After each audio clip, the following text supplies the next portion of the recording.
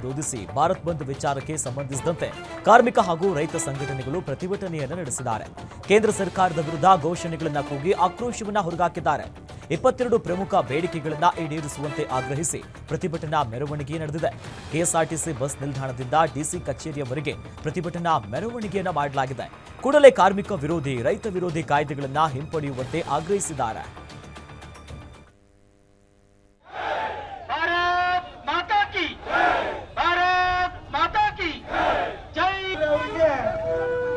ಕಾಮಗಾರಿ ನಡೀತಾ ಇರತಕ್ಕಂಥದ್ದನ್ನ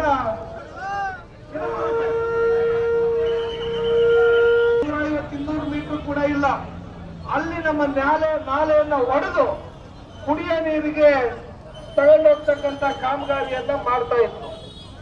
IASC report ತಗೊಂಡಿದ್ದೀವಿ ಅಂತ ಹೇಳ್ತಾರೆ. IASC ರಿಪೋರ್ಟ್ ಏನು, ಆ ಜಾಗದಲ್ಲಿ ಮಣ್ಣು ಪರೀಕ್ಷೆ ಮಾಡಿದ್ದಾರೆ. ನಮ್ಮ ಬಟ್ಲ ಬಲಗಂಡೆ ನಾಳೆ ಸೀಳಿದ್ರೆ ಅದನ್ನ ಬಂದ್ ಮಾಡ್ತೀವಿ.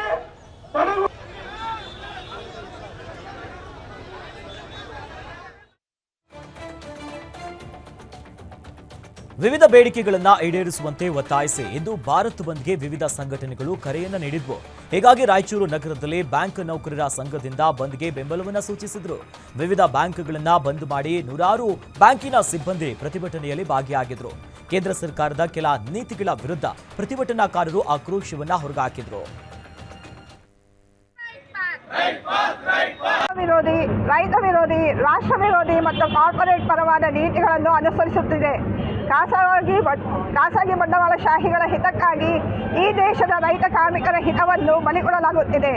ಬಂಡವಾಳಶಾಹಿಗಳ ಪೋಷಣೆ, ರೈತ ಕಾರ್ಮಿಕರ ಶೋಷಣೆ ಅವ್ಯಾಹತವಾಗಿ ನಡೆಯುತ್ತಿದೆ. ಇದನ್ನು ವಿರೋಧಿಸಿ ಇಂದು ದೇಶಾದ್ಯಂತ 20 ಕೋಟಿಗೂ ಹೆಚ್ಚಿನ ಸಂಖ್ಯೆಯಲ್ಲಿ ರೈತರು ಹಾಗೂ ಕಾರ್ಮಿಕರು ಬೀದಿಗಿಳಿದು ಮುಷ್ಕರ ಮಾಡುವ ಮೂಲಕ ಸರ್ಕಾರಕ್ಕೆ ಎಚ್ಚರಿಕೆಯನ್ನು ನೀಡುತ್ತಿದ್ದೇವೆ. ಇದು ಕೇವಲ ಮುಷ್ಕರವಲ್ಲ, ಇದು ರೈತರು ಹಾಗೂ ಕಾರ್ಮಿಕ ಸಮುದಾಯದ ಆಕ್ರೋಶಭರಿತ ಮುಷ್ಕರ.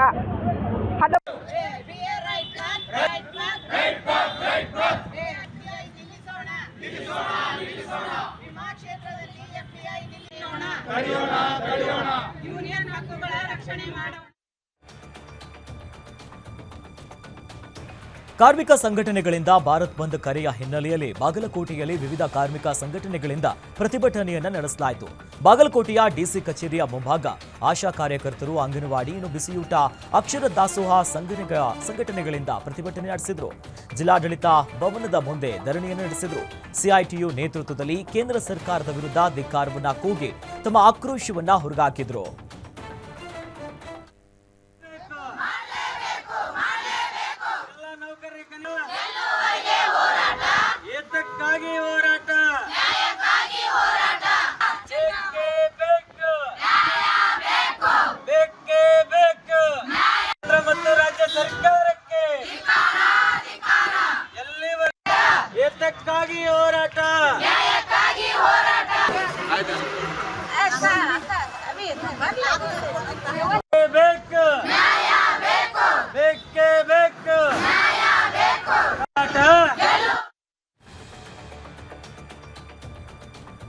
ಮಧ್ಯ ಕರ್ನಾಟಕ ಭಾಗದ ಜೀವನಾಡಿ ಜಲಾಶಯ ಭದ್ರಾದಲ್ಲಿ ಅವೈಜ್ಞಾನಿಕ ಕಾಮಗಾರಿಯನ್ನ ಖಂಡಿಸಿ ನೀರಾವರಿ ನಿಗಮದ ಕಚೇರಿಯ ಮುತ್ತಿಗೆಗೆ ದಾವಣಗೆರೆ ಭಾಗದ ರೈತರು ಯತ್ನಿಸಿದ್ದಾರೆ.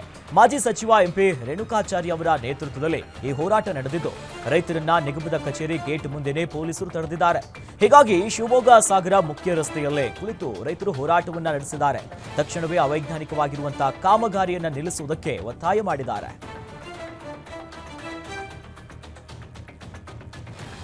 ಪ್ರಮೋಷನ್ ನೀಡಿ ವಾಪಸ್ ಪಡೆದಿದ್ದಕ್ಕೆ ಮನನೊಂದು ಸರ್ಕಾರಿ ನೌಕರ ಆತ್ಮಹತ್ಯೆಯನ್ನ ಮಾಡಿಕೊಳ್ಳುವುದಕ್ಕೆ ಮುಂದಾಗಿದ್ದಾನೆ.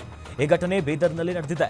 ಬೀದರ್ನ ಸಣ್ಣ ನೀರಾವರಿ ಇಲಾಖೆಯಲ್ಲಿ FDA ಆಗಿರುವಂತ ಸಂಜು ಆತ್ಮಹತ್ಯೆಗೆ ಯತ್ನಿಸಿ ತನ್ನ ಸಾವಿಗೆ DK ಶಿವಕುಮಾರ್ ಅವರ ಆಪ್ತ ಕಾರ್ಯದರ್ಶಿ ಶ್ರೀಧರ್ ಸೇರಿದಂತೆ 3 ಕಾರಣ ಅನ್ನೋದಾಗಿ ವಿಡಿಯೋವನ್ನ ಹರಿಬಿಟ್ಟಿದ್ದಾನೆ. ಸಣ್ಣ ನೀರಾವರಿ ಇಲಾಖೆಯಲ್ಲಿ ಮುಂಬಡ್ತಿ ನೀಡದೇ ಇದ್ರೆ ನಾನು ಸಾಯ್ತೀನಿ. ಜೂನ್ 19ರಂದು ಪ್ರಮೋಷನ್ ನೀಡಿದ್ರು. ನಿನ್ನೆ ಬೇರೆಯವರಿಗೆ ಈಗ ಪ್ರಮೋಷನ್ ಅನ್ನ ನೀಡಿದ್ದಾರೆ ಅಂತ ಆರೋಪಿಸಿ ನೇಣು ಬಿಗಿದ ಸ್ಥಿತಿಯ ವಿಡಿಯೋವನ್ನ ಮಾಡಿ ಹರಿಬಿಟ್ಟಿದ್ದಾರೆ. ಮತ್ತು ಕೆಲವು ಸಮಸ್ಯೆಗಳು ಕುಂದನಬಾಯಿ ಅವರು ಪಿರಿಯಡು ಮುಗಿದಿದೆ ಮತ್ತು 3 ತಿಂಗಳ ಹಿಂದೆ ನನಗೆ ಹೊಡೆದು ಬಡಿ ಮಾಡ್ದು ನತ್ತಿಗೆ ಟಾಕಿನೇ ಹಾಕ್ಯಾರ. ಟಿವಿದಾಗ ಬಂದ, ಪೇಪರ್ನಾಗ ಎಲ್ಲದೂ ಬಂದದ. ಆದರೂ DK ಶಿವಕುಮಾರ್ ಅವ್ರ ಗಮನಕ್ಕೆ ತಂದಿದ್ದೀನಿ. ನಾನು ಆಪ್ತ ಕಾರ್ಯದರ್ಶಿ ಮತ್ತು ಸಿ ಅವರು ರಿಜಿಸ್ಟರ್ ಅವ್ರ ನಾಲೆಜಾಗೂ ಎಲ್ಲನೇ ತಂದಿದ್ದೆ. ಅಂದರೂ ನಾನು ರೀಪೋಸ್ಟಿಂಗ್ ತಂದು ಜಾಯ್ನ್ ಆಗೋ ಹಂತದಾಗ ಕುಂದನ್ಬಾಯಿ ಅವ್ರಿಗೆ ಎಷ್ಟೋ ಹಲವಾರು ಘಟನೆ ಇದ್ದರು. ಮತ್ತು ಸರ್ಕಾರ ನಿರ್ದೇಶನದ ಯಾರ ಮ್ಯಾಗ ಕಂಪ್ಲೇಂಟ್ ಅದ ಅವ್ರು ಕೇಳಿನ ಜಾಗ ಕೊಡ್ಬೇಡ ಅಂದರು ಅವ್ರಿಗೆ ಮುಂದುವರ್ಸ್ಯಾರಂತ. ಅದಕ್ಕೆ ಮನನೊಂದು ನಾನು ಆತ್ಮಹತ್ಯೆ ಮಾಡ್ಕೊಂಬ ವಿಚಾರ ಇದು ಮಾಡೀನಿ. ನನ್ನ ಸಾವಿಗೆ ನನ್ನ ಆದೇಶ ಕೊಟ್ಟಿಂದು ಪರಿವರ್ತನೆ ಮಾಡಿದ ಸಲಕ್ಕೆ ನೇರವಾಗಿ ಯಾರು ನಮ್ಮ WID chief engineer Satish Kumar ಮತ್ತು ರಿಜಿಸ್ಟರ್ ಆದಂಥ ದಿವಾಕರ್ ಅವರು ಮತ್ತು DK ಶಿವಕುಮಾರ ಆಪ್ತ ಕಾರ್ಯದರ್ಶಿ ಆದಂಥ ಶ್ರೀ ಸರ್ದೇವರ ನೇರವಾಗಿ ಕಾರಣ ಯಾರು ಶ್ರೀಧರ್ ಅವರು ಮತ್ತು ದಿವಾಕರ್ ಅವರು ಚೀಫ್ ಇಂಜಿನಿಯರ್ ಇವರು. ಬಳ್ಳಾರಿ ಜೀನ್ಸ್ ಘಟಕಗಳಿಗೆ ಮತ್ತೆ ಸ್ಥಗಿತ ಆಗುವಂತ ಭೀತಿ ಎದುರಾಗಿದೆ. ಕಲುಷಿತ ನೀರು ಸಂಸ್ಕರಣೆಯಲ್ಲಿ ಫೇಲ್ ಆಗಿದೆ ಅಂತ ಕರ್ನಾಟಕ ಮಾಲಿನ್ಯ ನಿಯಂತ್ರಣ ಮಂಡಳಿಯ ಕೇಂದ್ರ ಕಚೇರಿಗೆ ವರದಿ ಸಲ್ಲಿಕೆಯಾಗಿದೆ. ಈಗಾಗಲೇ ಹಲವು ಸಮಸ್ಯೆಗಳ ಸುಳಿಯಲ್ಲಿ ಸಿಲುಕಿ ಈಗಾಗಲೇ ದೊಡ್ಡ ಮಟ್ಟದ ಸಮಸ್ಯೆಯನ್ನ ಎದುರಿಸುತ್ತಿರುವಂತಹ ಬಳ್ಳಾರಿಯ ಜೀನ್ಸ್ಗೆ ಮತ್ತೊಂದು ಆಘಾತ ಎದುರಾಗುವಂತಾಗಿದೆ.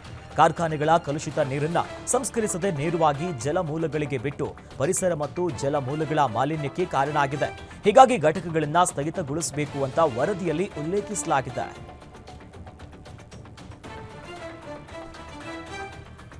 ವಿಜಯಪುರ ಜಿಲ್ಲೆಯಲ್ಲಿ ನರೇಗಾದಲ್ಲಿ ಕೆಲಸ ನಿರ್ವಹಿಸುವ ಸಿಬ್ಬಂದಿಗಳಿಗೆ ಕಳೆದ 6 ತಿಂಗಳಿನಿಂದ ಸಂಬಳ ಬಾರದೆ ಪರದಾಡುವಂತ ಪರಿಸ್ಥಿತಿ ಎದುರಾಗಿದೆ. ನರೇಗಾ ಯೋಜನೆ ಅಡಿಯಲ್ಲಿ ಕೆಲಸ ನಿರ್ವಹಿಸುವಂತ ಅಕೌಂಟ್ ಅಡ್ಮಿನ್, ತಾಂತ್ರಿಕ ಸಂಯೋಜಕರು, ತಾಂತ್ರಿಕ ಸಹಾಯಕರು, ಕಂಪ್ಯೂಟರ್ ಆಪರೇಟರ್ಸ್, ಜಿಲ್ಲಾ ಹಾಗೂ ತಾಲೂಕು ಸಂಯೋಜಕರು, ಎಂಜಿನಿಯರ್ ಹೀಗೆ ಹಲವು ಹುದ್ದೆಗಳಲ್ಲಿ ಕೆಲಸ ಮಾಡ್ತಿರುವಂತ 270 ಜನ ಸಿಬ್ಬಂದಿಗಳಿಗೆ ಸಂಬಳ ಆಗಿಲ್ಲ. ರಾಜ್ಯಾದ್ಯಂತ 5,000ಕ್ಕೂ ಅಧಿಕ ಜನರಿಗೆ ಕಳೆದ 6 ತಿಂಗಳಿನಿಂದ ಸಂಬಳ ಆಗಿಲ್ಲ. ಹೀಗಾಗಿ ನರೇಗಾ ಸಿಬ್ಬಂದಿ ಅಸಹಕಾರ ಚಳುವಳಿಯನ್ನ ಆರಂಭಿಸಿದ್ದಾರೆ. ತಮ್ಮ ವಿವಿಧ ಬೇಡಿಕೆಯನ್ನ ಈಡೇರಿಸುವವರೆಗೂ ಕೂಡ ಕೆಲಸ ಮಾಡಲ್ಲ ಅಂತ ಹೋರಾಟಕ್ಕೂ ಮುಂದಾಗಿದ್ದಾರೆ. ರಾಜ್ಯ ಸರ್ಕಾರಕ್ಕೆ ಮತ್ತು ಇಲ್ಲಿ ನಮ್ಮ ಕಮಿಷನರೇಟ್ ಆಫೀಸಿಗೆ ನಾನು ರಿಕ್ವೆಸ್ಟ್ ಮಾಡ್ಕೋತಿದ್ದೆ ಸರ್. ಅದಕ್ಕಾಗಿ ಇದರಿಂದ ನಮ್ಮ ಸಂಘದಿಂದ ಏನು ನಿಲುವು ತೊಗೊಂಡ್ರಿಂದ ಅಸಹಕಾರ ಚಳವಳಿ ಮಾಡ್ಕೋಬೇಕು, ಸ್ಯಾಲ್ರಿ ಆಗೋವರೆಗೂ ಅಸಹಕಾರ ಚಳವಳಿ ಮಾಡ್ಬೇಕಂತೇಳಿ ನಿರ್ಧಾರ ತಗೊಂಡಿದ್ದಾರೆ. ಆ ನಿರ್ಧಾರಕ್ಕೆ ನಾವು ಒಪ್ಪಿಕೊಂಡು ಅಸಹಕಾರ ಚಳವಳಿಯನ್ನು ಮಾಡ್ತಾ ಇದ್ದೀವಿ.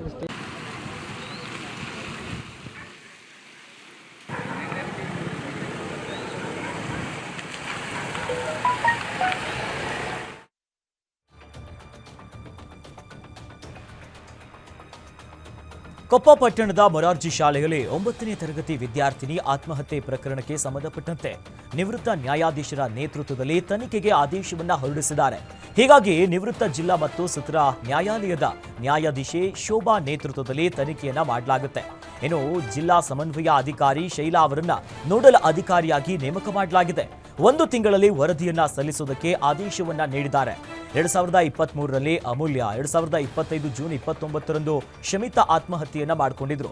ಉನ್ನತ ತನಿಖೆಯನ್ನ ನಡೆಸುವಂತೆ ಸ್ಥಳೀಯರು ಮತ್ತು ಸಾರ್ವಜನಿಕರು ಆಗ್ರಹಿಸಿದ್ರು. ಅದರಂತೆ ಕೋರ್ಟ್ ಮಹತ್ವದ ಆದೇಶವೊಂದನ್ನ ಹೊರಡಿಸಿದೆ. ಪ್ರಾಣಕ್ಕೆ ಪ್ರಾಣ ಕೊಡ್ತೀನಿ ಬಾ ಮಗ ಅಂತ ಆಪ್ತ ಸ್ನೇಹಿತನನ್ನೇ ಹತ್ಯೆಗೈದಿರುವಂತಹ ಘಟನೆ ಕಲಬುರಗಿಯಲ್ಲಿ ನಡೆದಿದೆ. 28 ವರ್ಷದ ಅಂಬರೀಶ್ ಎಂಬಾತನನ್ನ ಆತನ ಸ್ನೇಹಿತ ಅಜಯ್ ಹಾಗೂ ಸಹಚರರು ಬೆಂಗಳೂರಿನಿಂದ ಕರೆತಂದು ಭೀಕರವಾಗಿ ಕೊಲೆಗೈದಿದ್ದಾರೆ. ಕಲಬುರಗಿ ಜಿಲ್ಲೆಯ ಕಮಲಾಪುರ ತಾಲೂಕಿನ ಮುರುಡಿ ಗ್ರಾಮದಲ್ಲಿ ಈ ಘಟನೆ ನಡೆದಿದೆ. ಬಳಿಕ ಪೊಲೀಸರಿಗೆ ಕರೆ ಮಾಡಿದಂತ ಅಜಯ್ ಸ್ನೇಹಿತನನ್ನ ಕೊಲೆ ಮಾಡಿರುವುದಾಗಿ ಹೇಳಿಕೊಂಡಿದ್ದಾನೆ. ತನ್ನ ಹೆಂಡತಿಯನ್ನ ತಪ್ಪಾದ ದೃಷ್ಟಿಯಿಂದ ಅಂಬರೀಶ್ ನೋಡಿದ್ದ. ಹೀಗಾಗಿ ಆತನನ್ನ ವೈರ್ನಿಂದ ಬಿಗಿದು ಕೊಲೆ ಮಾಡಿದ್ದೀನಿ ಅಂತ ಅಜಯ್ ಪೊಲೀಸ್ ಠಾಣೆಗೆ ಶರಣಾಗಿದ್ದಾನೆ. ಸದ್ಯ ಪ್ರಕರಣ ದಾಖಲಾಗಿದೆ.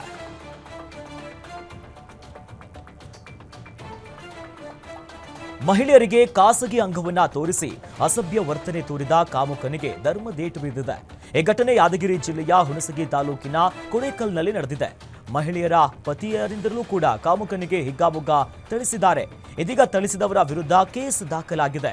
ರಾಜಕೀಯ ಪ್ರಭಾವಕ್ಕೆ ಮಣಿದು ಮಹಿಳೆಯರ ಪತಿಯರಿಂದ ಸದ್ಯ ಈಗ ದೂರು ಕೂಡ ಮಾಡಿರುವಂಥದ್ದು ಕೇಳಿಬರ್ತಾ ಇದೆ. ವಿಕೃತ ಕಾಮೆ ವಿರುದ್ಧ ಪ್ರಕರಣ ದಾಖಲಿಸಿಕೊಳ್ಳಲು ಪೊಲೀಸರು ಹಿಂದೇಟನ್ನ ಹಾಕಿದ್ದಾರೆ. ಹೀಗಾಗಿ ಸದ್ಯ ಕೊಡೇಕಲ್ ಪೊಲೀಸ್ ಠಾಣೆಯ ಮುಂದೆ ಮಹಿಳೆಯರು ಪ್ರೊಟೆಸ್ಟ್ ಮಾಡಿದ್ದಾರೆ. ವಿಕೃತ ಕಾಮೆ ವಿರುದ್ಧ ಕ್ರಮಕ್ಕೆ ಮಹಿಳಾ ಆಯೋಗಕ್ಕೆ ಮಹಿಳೆಯರು ದೂರನ್ನ ನೀಡಿದ್ದಾರೆ. ಅಕ್ಕಂಗಿರು ತಾಯಿ ಮಕ್ಕಳು ಅನ್ನೋದು ಅಂತ ಹೇಳಿದ್ರೆ ಅವರಿಗೆ ನಮ್ಮ ಅಪ್ಪಾಜಿಗೆ ಎದಿಗೆ ಒದ್ದಾರಿ, ನಮ್ಮ ತಮ್ಮ ಕಪಾಳ ಕೊಡ್ದಾರೆ. ಕಪಾಳ ಕೊಡ್ದಾರಿ. ಮತ್ತು ಅವ್ರ ಹಿಂದೆ ಗಡೆ ಚಂದ್ರಶೇಖರ್ ಹಾವೇರಿ ಮತ್ತು ಬಸಯ್ಯ ಬೆದರಿಕೆನೇ ಐತ್ರಿ. ನಮಗೆ ಒಟ್ಟು ನನ್ನ ಸೇಫ್ಟಿ ಇಲ್ರಿ. ಹಾಂ, ಒಟ್ಟು ಅಂದ್ರೆ ಬೇರೆ ದೃಷ್ಟಿಲಿಂದ ನಮಗೆ ನೋಡೋದು ಬೇರೆ. ನೆಲಮಂಗಲದಲ್ಲಿ ಹುಡುಗಿ ವಿಚಾರಕ್ಕೆ ಮರಣಾಂತಿಕ ಹಲ್ಲೆ ಪ್ರಕರಣದಲ್ಲಿ A2 ಹೇಮಂತ್ ಎಂಬಾತನನ್ನ ಸೋಲದೇವನಹಳ್ಳಿ ಪೊಲೀಸರು ವಶಕ್ಕೆ ಪಡೆದಿದ್ದಾರೆ. ಹಲ್ಲೆ ಕೇಸ್ನಲ್ಲಿ A1 ಶಿವಶಂಕರ್ ಜೊತೆ ಪ್ರಮುಖವಾಗಿ ಗುರುತಿಸಿಕೊಂಡಿದ್ದಂತ ಹೇಮಂತ್ ತುಮಕೂರಿನಲ್ಲಿ ತಲೆಮರೆಸಿಕೊಂಡಿದ್ದ.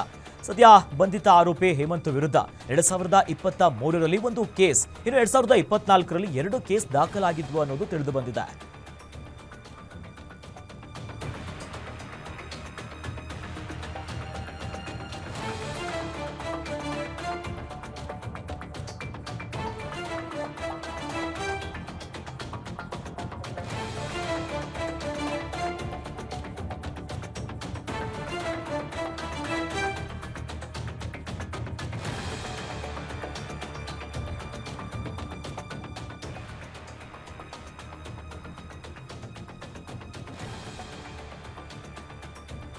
ಮೈಸೂರು ಜಿಲ್ಲೆಯ KRS ಹಿನ್ನೀರಿನಲ್ಲಿ ಅಕ್ರಮ ಚಟುವಟಿಕೆಯ ಹಿನ್ನೆಲೆಯಲ್ಲಿ ಗ್ಯಾರಂಟಿ ನ್ಯೂಸ್ನಲ್ಲಿ ವರದಿ ಬಿತ್ತರ ಆಗ್ತಿದ್ದಂತೆ ಪೊಲೀಸ್ ಅಧಿಕಾರಿಗಳು ಎಚ್ಚೆತ್ತುಕೊಂಡಿದ್ದಾರೆ.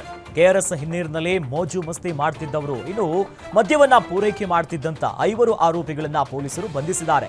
KRS ಹಿನ್ನೂರು ಮೀನಾಕ್ಷಿಪುರದಲ್ಲಿ ಕಿಡಿಗೇಡಿಗಳು ಕಾರನ್ನ ನಿಲ್ಲಿಸಿ ಮದ್ಯಪಾನವನ್ನ ಸೇವಿಸುತ್ತಿದ್ರು. ಬಳಿಕ ಇವೆಲ್ಲವನ್ನ ಮಾಡಿ ಪ್ಲಾಸ್ಟಿಕ್ ಬಾಟಲಿಗಳನ್ನ ಎಸೆದು ಹೋಗ್ತಾ ಇದ್ರು. ಅನೈತಿಕ ಚಟುವಟಿಕೆ ತಾಣದ ಬಗ್ಗೆ ನಿನ್ನೆಯಷ್ಟೇ ಗ್ಯಾರಂಟಿ ನ್ಯೂಸ್ ವರದಿಯನ್ನ ಬಿತ್ತರಿಸಿತ್ತು. ಸದ್ಯ ಗ್ರಾಮಾಂತರ ಠಾಣೆಯ ಸರ್ಕಲ್ ಇನ್ಸ್ಪೆಕ್ಟರ್ ಶಿವನಂಜ ಶೆಟ್ಟಿ, ಎಲವಾಲ ಠಾಣೆಯ ಸಬ್ ಇನ್ಸ್ಪೆಕ್ಟರ್ ಮಹೇಂದ್ರ ನೇತೃತ್ವದಲ್ಲಿ ಕಾರ್ಯಾಚರಣೆ ಆಗಿತ್ತು. ಇನ್ನು ಮೋಜು ಮಸ್ತಿಯಲ್ಲಿದ್ದವರನ್ನ ಇದೀಗ ಕಾಕಿ ವಶಕ್ಕೆ ಪಡೆದಿದ್ದಾರೆ.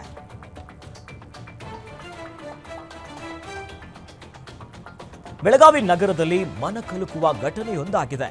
ವಿಷವನ್ನ ಸೇವಿಸಿ ಒಂದೇ ಕುಟುಂಬದ 4 ಆತ್ಮಹತ್ಯೆಗೆ ಯತ್ನಿಸಿದ್ದಾರೆ. ಈ ಘಟನೆಯಲ್ಲಿ 3 ಸಾವನ್ನಪ್ಪಿದ್ದು, ಸದ್ಯ ಓರ್ವರ ಸ್ಥಿತಿ ಗಂಭೀರ ಆಗಿದೆ. ಸಂತೋಷ ಕುರುಡೇಕರ್, ಸುವರ್ಣ, ಮಂಗಳ ಅನ್ನುವರು ಸಾವನ್ನಪ್ಪಿದ್ರೆ ಸುನಂದರ ಸ್ಥಿತಿ ಈಗ ಚಿಂತಾಜನಕ ಆಗಿದೆ. ಬೆಳಗಾವಿ ನಗರದ ಜೋಶಿಮಾಳ್ನಲ್ಲಿ ಘಟನೆ ನಡೆದಿದೆ. ಇವತ್ತು ಬೆಳಿಗ್ಗೆ ವಿಷ ಸೇವಿಸಿದ್ದಾರೆ. ಗಂಭೀರವಾಗಿರುವಂತ ಸದ್ಯ ಸುನಂದನ್ನ ಆಸ್ಪತ್ರೆಗೆ ದಾಖಲು ಮಾಡಿದ್ದಾರೆ. ಸ್ಥಳಕ್ಕೆ ಶಹಾಪುರ ಪೊಲೀಸರು ಭೇಟಿ ನೀಡಿ ಪರಿಶೀಲನೆಯನ್ನು ನಡೆಸಿದ್ದಾರೆ. ಮಾಡ್ತಾ ಇದೆ, ತನಿಖೆ ಮಾಡಿಕೊಂಡು ಹೆಚ್ಚಿನ ನಾವು ನಿಮ್ಮ ಜೊತೆಗೆ ಶೇರ್ ಧನ್ಯವಾದ. ಅದು ಎಲ್ಲ ಪಾರ್ಟ್ ಆಫ್ ದ ಇನ್ವೆಸ್ಟಿಗೇಷನ್ ಇದೆ. ಈ ಸ್ಟೇಜ್ನಲ್ಲಿ ನಾನು ರಿವೀಲ್ ಮಾಡೋಕ್ಕೆ ಎಲ್ಲ ನಾನು ಇನ್ವೆಸ್ಟಿಗೇಷನ್ ಕಂಪ್ಲೀಟ್ ಮಾಡಿಕೊಂಡು ನಿಮಗೆ ಸರ್. ಎಷ್ಟು ಮಂದಿ ಸರ್? ಎಷ್ಟು ಮಂದಿ 3 ಡೆತ್ ಆಗಿದೆ, ಇನ್ನೊಬ್ರು ಸೀರಿಯಸ್ ಇದ್ದಾರೆ, ಅವರಿಗೆ ಹಾಸ್ಪಿಟಲ್ಗೆ ಶಿಫ್ಟ್ ಮಾಡ್ತಾರೆ. ಪೊಲೀಸ್ ಕೇಸ್ करता घोटाला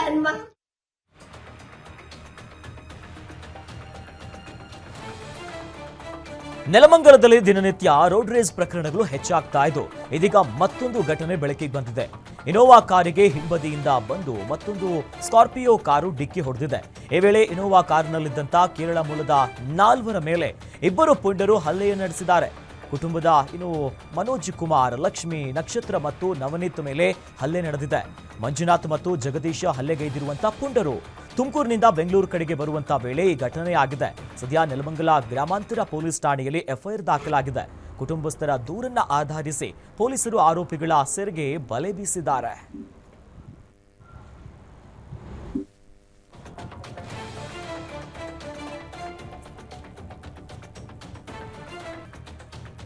ಒಡಿಶಾದಲ್ಲಿ ಬೆಂಗಳೂರು ಮೂಲದ ಯುವತಿಯ ಅನುಮಾನಾಸ್ಪದ ಸಾವಿನ ಪ್ರಕರಣದಲ್ಲಿ ಕೊಳೆತ ಸ್ಥಿತಿಯಲ್ಲಿರುವಂತಹ ಯುವತಿ ಮೃತದೇಹವನ್ನ ಪುರಿಯಲ್ಲೇ ಅಂತ್ಯ ಸಂಸ್ಕಾರಕ್ಕೆ ನಿರ್ಧರಿಸಲಾಗಿದೆ.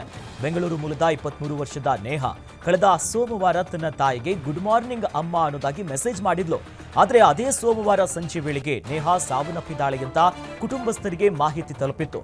ಪೋಸ್ಟ್ಮಾರ್ಟಮ್ ರಿಪೋರ್ಟ್ಗಾಗಿ ಸದ್ಯ ನೇಹ ಕುಟುಂಬಸ್ಥರು ಎದುರು ನೋಡ್ತಿದ್ದಾರೆ.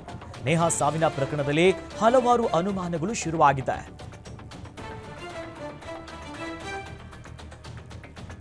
ಪ್ರೀತಿಸಿ ಮದುವೆಯಾಗಿದ್ದ 2 ವರ್ಷದಲ್ಲೇ ಯುವತಿ ಆತ್ಮಹತ್ಯೆಗೆ ಶರಣಾಗಿದ್ದಾಳೆ.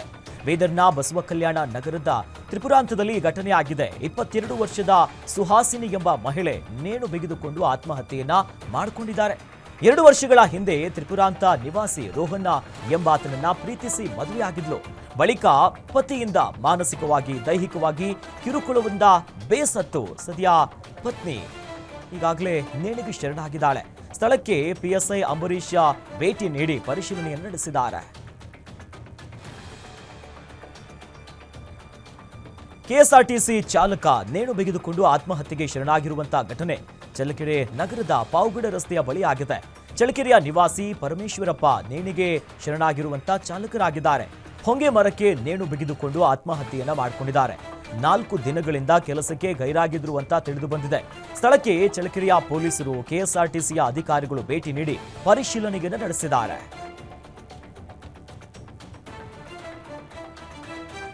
ಮನೆ ಕಟ್ಟುವ ವಿಚಾರಕ್ಕೆ 2 ಕುಟುಂಬದ ನಡುವೆ ಮಾರಾಮಾರಿ ನಡೆದಿದೆ. ಈ ಘಟನೆ ದಾವಣಗೆರೆ ಜಿಲ್ಲೆಯ ಜಗಳೂರು ತಾಲೂಕಿನ ದೇವಿಕೆರೆ ಗ್ರಾಮದಲ್ಲಾಗಿದೆ. ಗ್ರಾಮ ಠಾಣಾ ಜಾಗದಲ್ಲಿ ಮನೆ ಕಟ್ಟುತ್ತಿದ್ದಂತ ಪ್ರತಿಭಾ ಹಾಗೂ ಮಲ್ಲಿಕಾರ್ಜುನ ಮೇಲೆ ಜಾಗ ತಮ್ಮದನ್ನೋದಾಗಿ ಮನೆ ಕಟ್ಟುವುದಕ್ಕೆ ಅಡ್ಡಿ ಮಾಡಿ ವೀರೇಶ್ ಮತ್ತು ಗುರುಸಿದ್ದಪ್ಪ ಹಾಗೂ ಶರಣಪ್ಪ ಎನ್ನುವವರು ಹಲ್ಲೆ ಮಾಡಿದ್ದಾರೆ. ಇಂದು ಪಿಡಿಒ ಸಮ್ಮುಖದಲ್ಲಿ ಜಾಗ ಅಳತೆ ಮಾಡಲು ಹೋದಂತಹ ಸಂದರ್ಭದಲ್ಲಿ 2 ಕುಟುಂಬದ ನಡುವೆ ವಾಗ್ವಾದ ನಡೆದಿದೆ. ಇನ್ನು ಹಲ್ಲೆಗೊಳಗಾದವರು ಜಗಳೂರು ತಾಲೂಕು ಆಸ್ಪತ್ರೆಯಲ್ಲಿ ಚಿಕಿತ್ಸೆಯನ್ನ ಪಡೆದಿದ್ದಾರೆ. ಹಲ್ಲೆ ಮಾಡಿದವರ ವಿರುದ್ಧ ಪ್ರಕರಣ ದಾಖಲಾಗಿದೆ.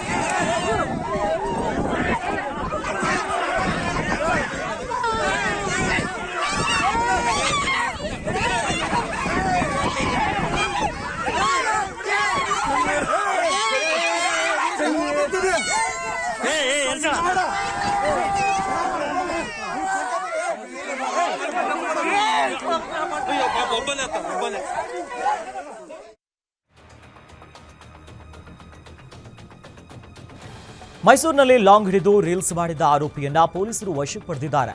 ಹುಣಸೂರು ತಾಲೂಕಿನ ಶಬೀರ್ ನಗರದ ನಿವಾಸಿ ಕುರ್ಸಾನ್ ಎಂಬಾತನನ್ನ ಪೊಲೀಸರು ವಶಕ್ಕೆ ಪಡೆದಿದ್ದಾರೆ. ಲಾಂಗ್ ಬೀಸುತ್ತಾ ರೀಲ್ಸ್ ಮಾಡಿದ್ದ ಈತ ನಡು ರಸ್ತೆಯಲ್ಲಿ ವೀಲಿಂಗ್ ಮಾಡುತ್ತಾ ಸಾರ್ವಜನಿಕರಲ್ಲಿ ಭಯವನ್ನ ಹುಟ್ಟಿಸಿದ್ದ. ಸೋಷಿಯಲ್ ಮೀಡಿಯಾದಲ್ಲಿ ಲಾಂಗ್ ಬೀಸಿದ್ದ ವಿಡಿಯೋವನ್ನ ಹರಿಬಿಟ್ಟಿದ್ದ. ಘಟನೆಯ ಹಿನ್ನೆಲೆಯಲ್ಲಿ ಹುಣಸೂರು ಪೊಲೀಸರು ಸ್ವಯಂ ಪ್ರೇರಿತವಾಗಿ ಪ್ರಕರಣವನ್ನ ದಾಖಲಿಸಿಕೊಂಡು ಸದ್ಯ ಆತನನ್ನ ವಶಕ್ಕೆ ಪಡೆದಿದ್ದಾರೆ.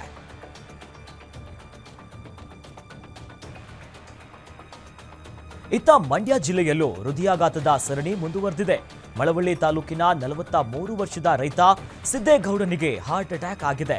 ನಿನ್ನೆಯಷ್ಟೇ ಮಳವಳ್ಳಿಯ ನಿವಾಸಿ 45 ವರ್ಷದ ಪುಟ್ಟಸ್ವಾಮಿ ಹೃದಯಾಘಾತದಿಂದ ನಿಧನರಾಗಿದ್ರು.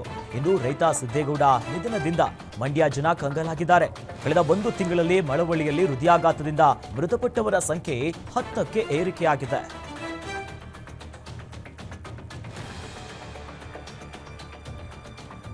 ಆಂಜನೇಯ ಕಾಪಾಡು ಕಾಪಾಡು ಎಂದು ನೀರಿಗೆ ಬಿದ್ದಂತ ಮಹಿಳೆ ಬದುಕಿಸುವಂತೆ ಗೋಗರಿಯುವಂತ ಘಟನೆ ಚಿಕ್ಕಮಗಳೂರು ತಾಲೂಕಿನ ಅಲಂಪುರ ಗ್ರಾಮದಲ್ಲಿ ನಡೆದಿದೆ. ಇನ್ನು ಮಹಿಳೆಯ ಹಣೆಬರ ಗಟ್ಟಿ ಇದ್ದಂತ ಕಾರಣ ಮಹಿಳೆ ಬದುಕಿ ಉಳಿದಿದ್ದಾರೆ. ಗಂಡನ ಜೊತೆ ಜಗಳ ಆಡಿ ರಂಜಿತಾ ಎಂಬ ಮಹಿಳೆ ಕೆರೆಗೆ ಹಾರಿದ್ರು. ಈ ವೇಳೆ ಪಕ್ಕದ ಹೋಮ್ ಸ್ಟೇ ಮಾಲೀಕ ರಮೇಶ್ ಮಹಿಳೆಯನ್ನ ನೋಡಿ ಸ್ಥಳಕ್ಕೆ ಬಂದು ಹುಡುಗರನ್ನ ಕರೆಸಿ ಮಹಿಳೆಯನ್ನ ರಕ್ಷಿಸಿದ್ದಾರೆ.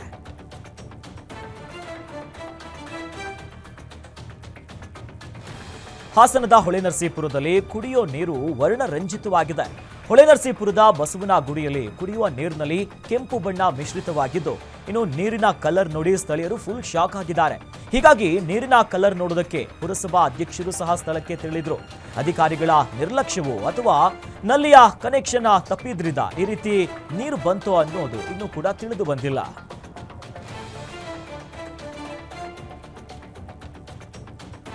ಗೂಡ್ಸ್ ವಾಹನಕ್ಕೆ ಬೈಕ್ ಡಿಕ್ಕಿ ಹೊಡೆದು ಸವಾರ ಸ್ಥಳದಲ್ಲಿ ಸಾವನ್ನಪ್ಪಿದ್ದಾನೆ. ಮಂಡ್ಯದ ನಾಗಮಂಗಲ ಪಟ್ಟಣದಲ್ಲಿ ನಡೆದಿರುವಂತಹ ಘಟನೆ ಇದು. ಇನ್ನು ಮೇಘಾಲಯ ಮೂಲದ ಕೂಲಿ ಕಾರ್ಮಿಕ ಗಣೇಶ್ ಮೃತ ದುರ್ದೈವಿ. ಪಟ್ಟಣದ ಟಿಬಿ ಸರ್ಕಲ್ನಿಂದ ಮಂಡ್ಯ ಸರ್ಕಲ್ ಕಡೆ ಬರುತ್ತಿದ್ದಂತ ಬೈಕ್ ಡಿಕ್ಕಿ ಹೊಡೆದಿದ್ದು ಗೂಡ್ಸ್ ವಾಹನ ಪಲ್ಟಿಯಾಗಿ ಚಾಲಕನ ಜೊತೆಯಲ್ಲಿದ್ದಂತ ಅಫ್ತಬ್ ಪಾಷಾ ಎನ್ನುವರಿಗೆ ಸಣ್ಣ ಪುಟ್ಟ ಗಾಯ ಆಗಿದೆ. ಆಕ್ಸಿಡೆಂಟ್ ದೃಶ್ಯ ಸಿಸಿಟಿವಿ ಕ್ಯಾಮೆರಾದಲ್ಲಿ ಸೆರೆಯಾಗಿದೆ. ನಾಗಮಂಗಲ ಟೌನ್ ಪೊಲೀಸ್ ಠಾಣೆಯಲ್ಲಿ ಸದ್ಯ ಪ್ರಕರಣ ದಾಖಲಾಗಿದೆ.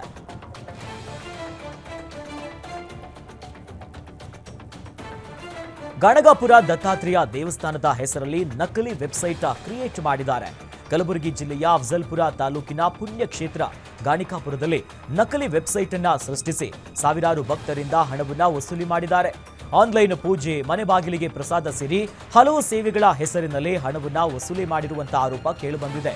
ತೆಲಂಗಾಣ ಮೂಲದ ವ್ಯಕ್ತಿಯಿಂದ ನಕಲಿ ವೆಬ್ಸೈಟ್ ಅನ್ನ ಸೃಷ್ಟಿ ಮಾಡಿರುವಂತಹ ಶಂಕೆ ವ್ಯಕ್ತವಾಗಿದೆ. ಸದ್ಯ ಆತನ ವಿರುದ್ಧ ಕ್ರಮಕ್ಕೆ ದೇಗುಲದ ಅಧಿಕಾರಿ ಶಿವಕಾಂತಮ್ಮ ಜಿಲ್ಲಾಡಳಿತಕ್ಕೆ ಪತ್ರವನ್ನ ಬರೆದು ಒತ್ತಾಯಿಸಿದ್ದಾರೆ.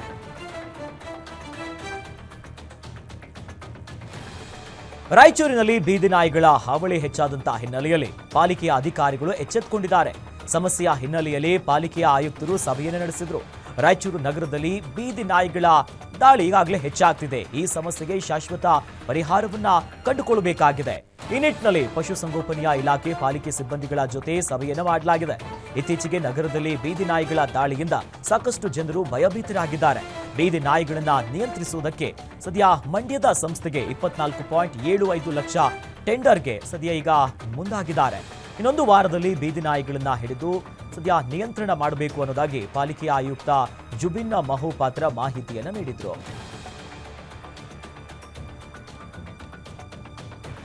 ಹುಬ್ಬಳ್ಳಿಯ ನೃಪತುಂಗ ಬೆಟ್ಟದಲ್ಲಿ ಸಸಿಗಳಿಗೆ ನೀರುಣಿಸುವ ಪೈಪ್ ಕಳ್ಳತನ ಆಗಿದೆ. ಹೀಗಾಗಿ ಪರಿಸರ ಪ್ರೇಮಿಗಳು ಆಕ್ರೋಶವನ್ನು ಹೊರಹಾಕಿದ್ದಾರೆ. ನಗರದ ಪ್ರತಿಷ್ಠಿತ ಪ್ರವಾಸಿ ತಾಣವಾಗಿರುವಂತಹ ನೃಪತುಂಗ ಬೆಟ್ಟದಲ್ಲಿ ಸಸಿಗಳು ಹಾಗೂ ಮರಗಳ ಸಂರಕ್ಷಣೆ ಮಾಡಲು ಹಾಕಿರುವಂತಹ ಪೈಪ್ಗಳನ್ನ ಕದಿಮರು ಕದ್ದು ಎಸ್ಕೇಪ್ ಆಗಿದ್ದಾರೆ. ಪರಿಸರ ಪ್ರೇಮಿಗಳು ಗಿಡಗಳನ್ನ ನೆಟ್ಟು ಪೋಷಣೆ ಮಾಡ್ತಿದ್ದಾರೆ. ಹೇಗಿದ್ರೂ ಕೂಡ ಕದಿಮರು ಕಳ್ಳತನ ಮಾಡಿಕೊಂಡು ಹೋಗಿರುವುದು ನಿಜಕ್ಕೂ ಕೂಡ ವಿಪರ್ಯಾಸದ ಸಂಗತಿಯಾಗಿದೆ.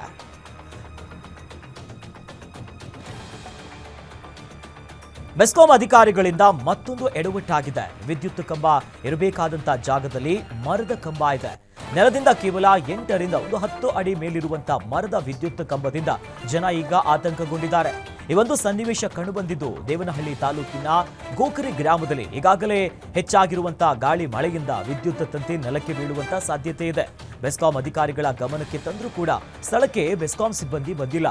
ಹೀಗಾಗಿ ಕೂಡಲೇ ಕ್ರಮಕ್ಕೆ ಆಗ್ರಹಿಸಿ ಜನರ ಪ್ರಾಣವನ್ನ ಉಳಿಸಬೇಕು ಅನ್ನೋದಾಗಿ ಸಾರ್ವಜನಿಕರು ಒತ್ತಾಯ ಮಾಡಿದ್ದಾರೆ.